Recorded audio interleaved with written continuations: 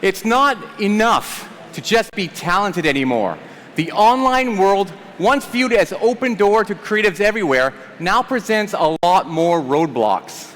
Our next speakers know how hard it is to get noticed and cut through the noise.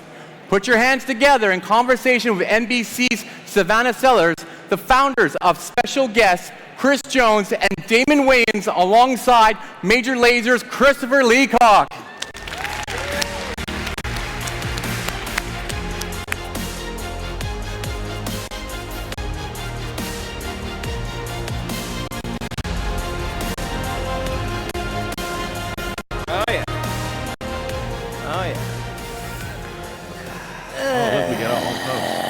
All right, guys. You don't want to squeeze on the love seat?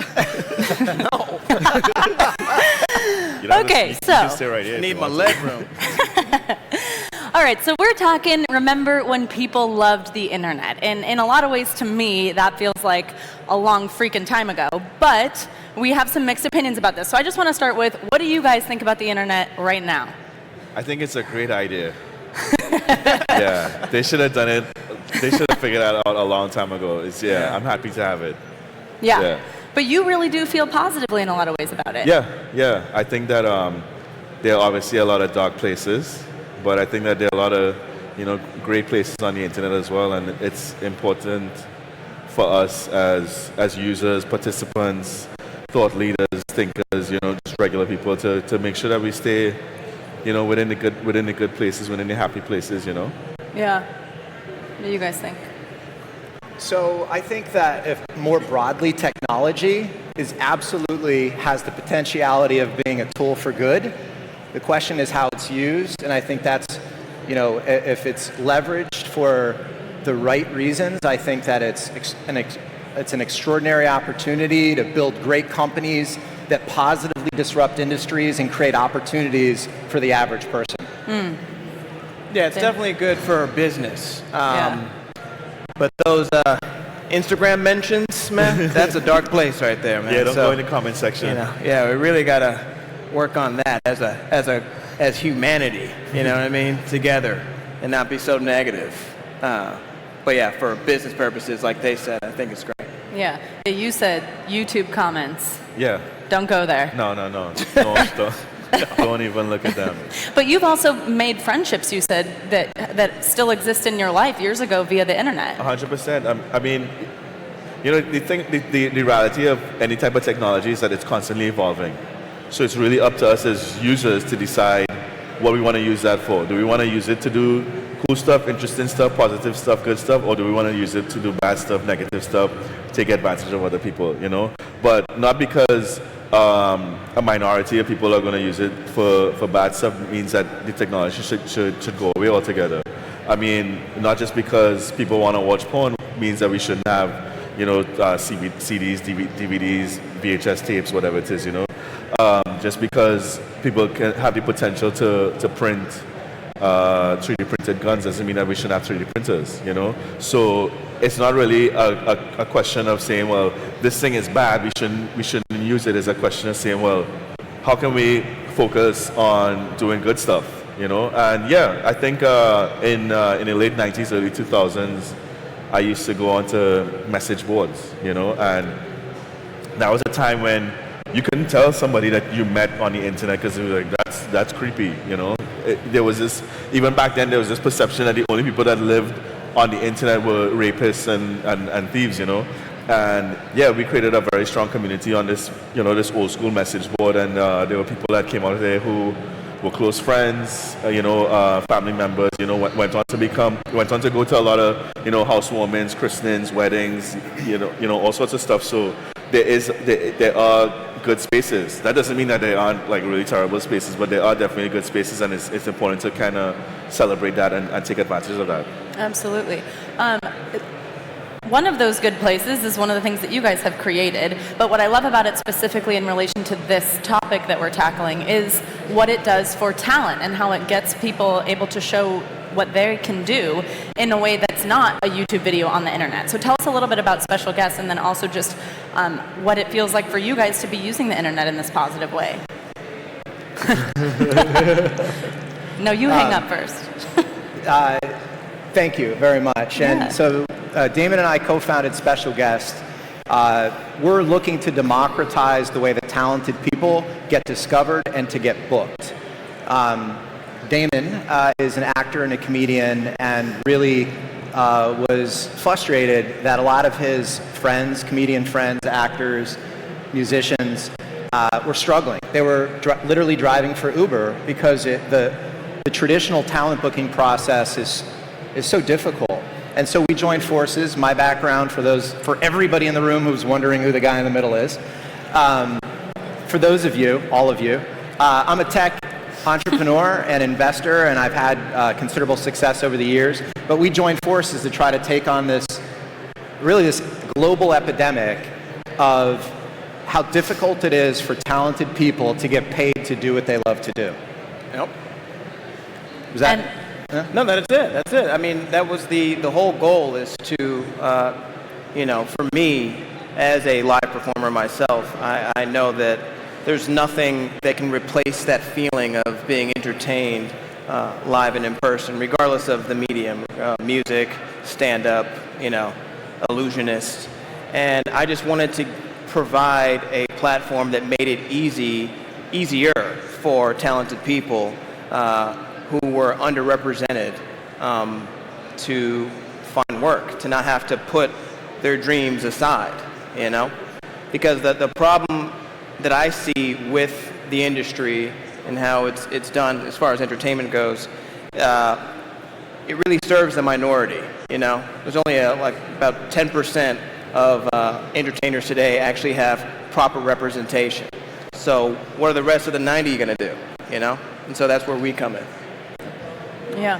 And do you think that that's kind of maybe one of the things about where we're at now is creating these opportunities that allow you to experience things in real life rather than on the internet? And what have you guys seen through your app with that? Listen, I mean, Damon and Chris are the entertainers, but I'm the kind of person that sits in the audience at these events, whether it be Broadway or whether it be at a live music concert, like so many people, really with just in awe.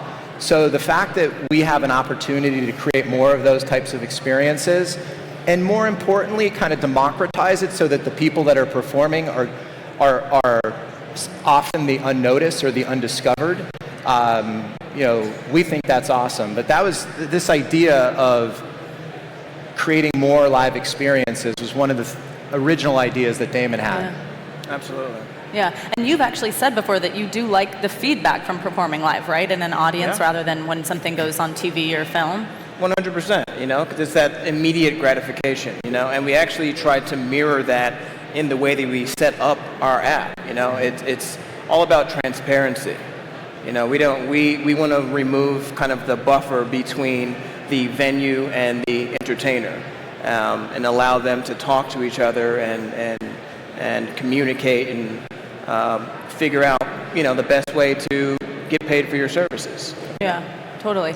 Chris, for musicians who are starting out on the internet and sort of this idea of what it takes to make it, looking at the internet, is it this place that's kind of like scary as hell, or with things like SoundCloud that I know you always upload your music to, is there a lot of opportunity still there? Is it hopeful?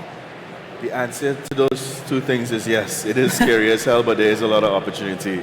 I think creating music specifically is a unique circumstance where you can communicate you can meet somebody on the internet, be a fan of what they do, communicate with them on Twitter or Instagram or whatever, move that conversation to email, go back and forth on SoundCloud or Dropbox or WeTransfer, and you can create a whole song. You can make music together without ever having sat in the same room with that person or having met that person. So the ability to communicate and collaborate is definitely one of the biggest advantages that the internet offers us.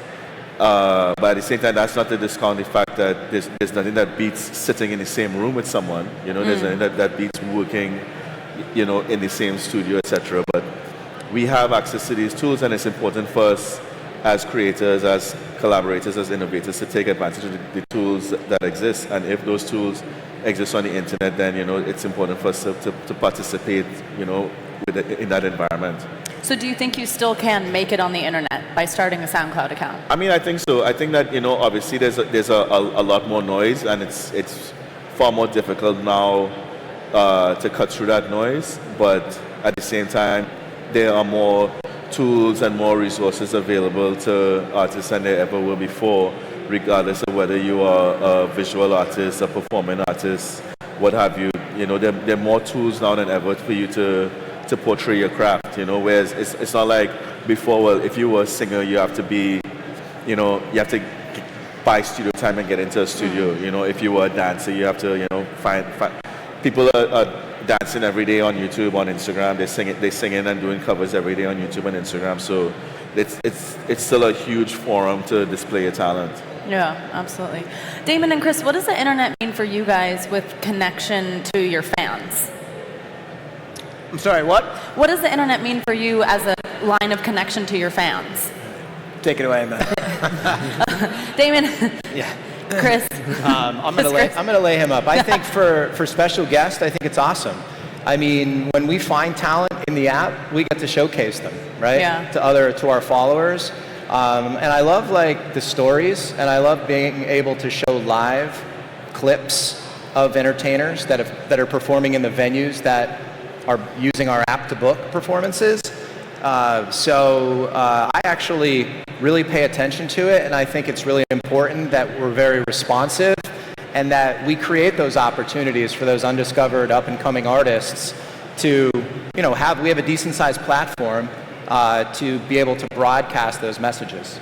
Yeah, absolutely. And for you guys, does it make you feel, as dark as that comment section can be, that you are able to kind of be in communication with your fans in a way that you weren't necessarily when it was just those message boards?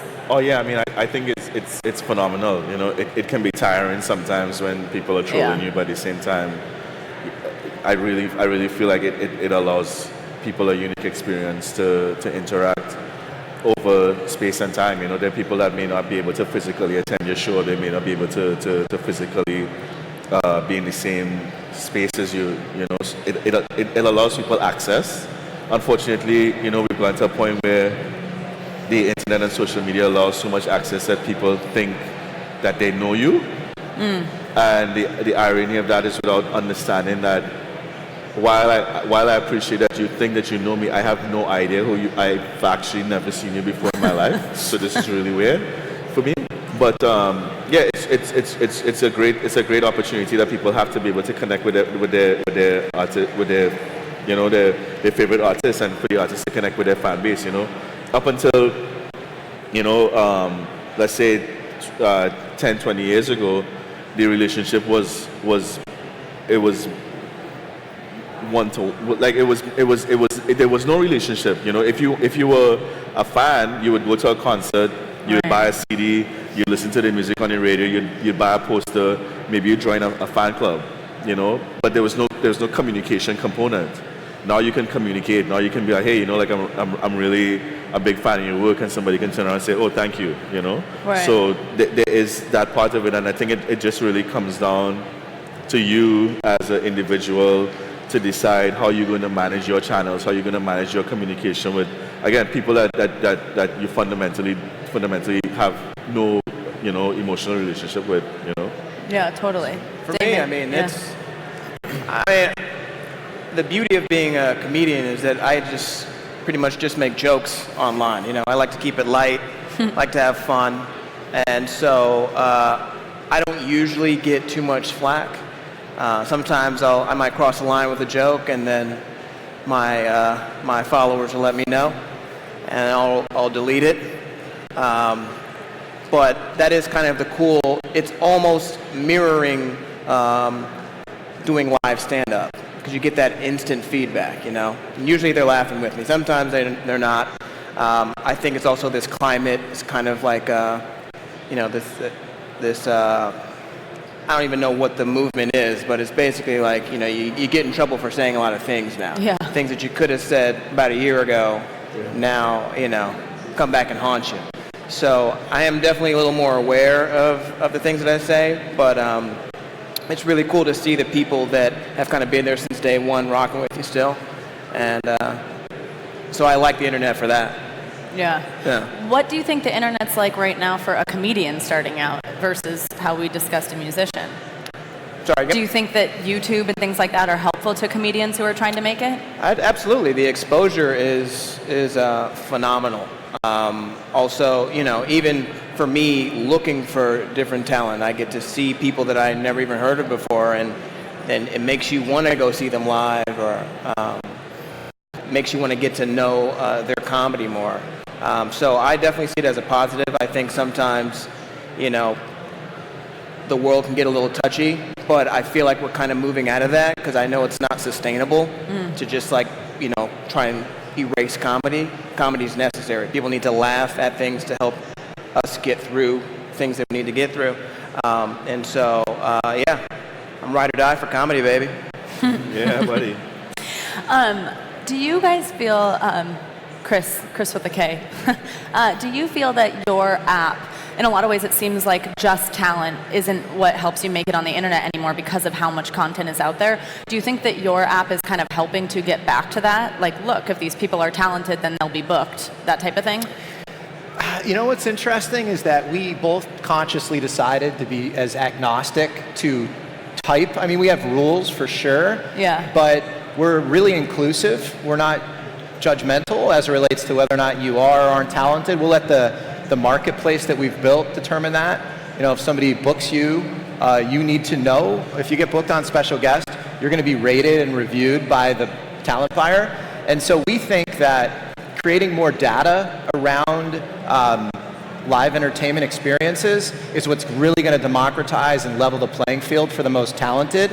Because what happens is, and this is just the reality and it's global, is that talent buying is so local and parochial that it's not always the most talented person or individual that gets booked. It's the one who knows the person that has the influence, right? And so we just fundamentally believe that by creating, we've referred to special guest as sort of like America's Got Talent in your pocket, where we're booking dancers, and we just had, when we were sitting in the prep room 15 minutes ago, we're hiring a belly dancer for a 50th birthday party. We're hiring... Not 15th, 50th. That's gonna be a hell of a Did I party. say 15? We were like 15th. No. I just wanted to make sure that they... But so we hire a ton of drag queens, RuPaul drag queens, all the time.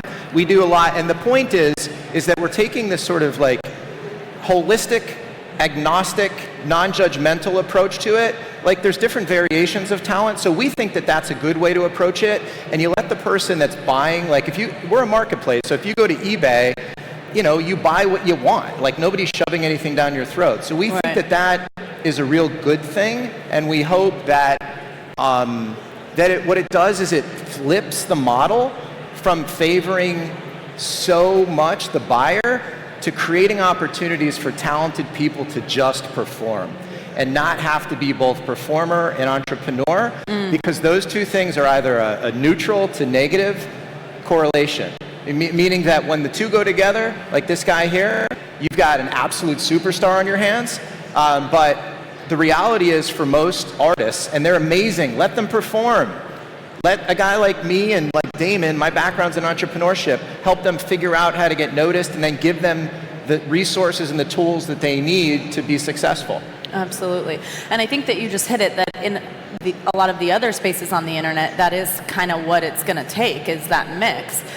Chris, do you feel that way even for musicians who are coming up, no matter how talented they can be with videos on YouTube or their SoundCloud accounts, that it takes something extra in order to pop? Oh man, yeah, you have to have so much other than just your work now. You know, you have to have a brand, and you have to have a personality, and you have to make merch, and you have to have, you know, active Instagram and Snapchat and Twitter and Facebook and whatever new app launched this week, you know, and there's a lot to keep track of, you know, and yes, some people are very good at keeping track of those things, and then some people, yeah, they need the help, they need a back end, they need somebody to help them manage those resources so that they can focus primarily on developing the content, you know, whether that is, you know, singing or making music or painting or dancing or whatever it is. Some people are really good at it. Some people are really good at doing all of the above. and really being that whole personal brand. And then some people just they need additional resources, so they can focus specifically on what they're really good at. What's different now from when you started on the internet? I think access. There's definitely a lot more access. We definitely have a lot more channels to distribute and consume content, and I think that can be a bit of a challenge for the consumer sometimes in terms of where should I get my content from? Where should I get my news from? Where should I get my television from? Am I watching Netflix on my TV, or am I watching Snapchat content, or am I watching Instagram TV, or am I watching Facebook Live on Facebook on my laptop? So we have so many channels now, and that creates so many opportunities. But at the same time, it can create a lot of confusion in the mind of the consumer in terms of where should I be really focusing my energy as a consumer, looking for content to consume. Totally. Do you guys find it exhausting at all? The internet? Exhausting? Yeah. Keeping up? Posting on all those platforms? I mean, a little bit, yeah. My phone does, for sure. The battery just dies when I got them all open. Better picture quality, so I like that, No more JPEGs. Do we have JPEGs still? We still got a couple of JPEGs. Shout out to JPEGs, man. Yeah. But yeah, no, it's not too exhausting. When I unplug, so I'm not always online. There's something about being an entertainer that makes you feel like you owe the internet. You're like what you're doing, your personal life and stuff like that. Some people are like, sorry guys, I've been away, I've been sick. It's like, no one really cares. Like, understand that, you know what I mean? So, and I know that, right? So I'm a realist, like him. Yeah, buddy. And so understanding that this is a tool, to either use, to engage with people or just for business, and that's really all it is. And don't let it have control over you. So I don't let it exhaust me. So now we know if you ever post something like that, you've been hacked. Oh yeah. Yes, there's a gun to the back of my head. Sorry guys. All right. So it sounds like for the most part, we all still love the internet. Thank you so much, you guys. Thank you for having us.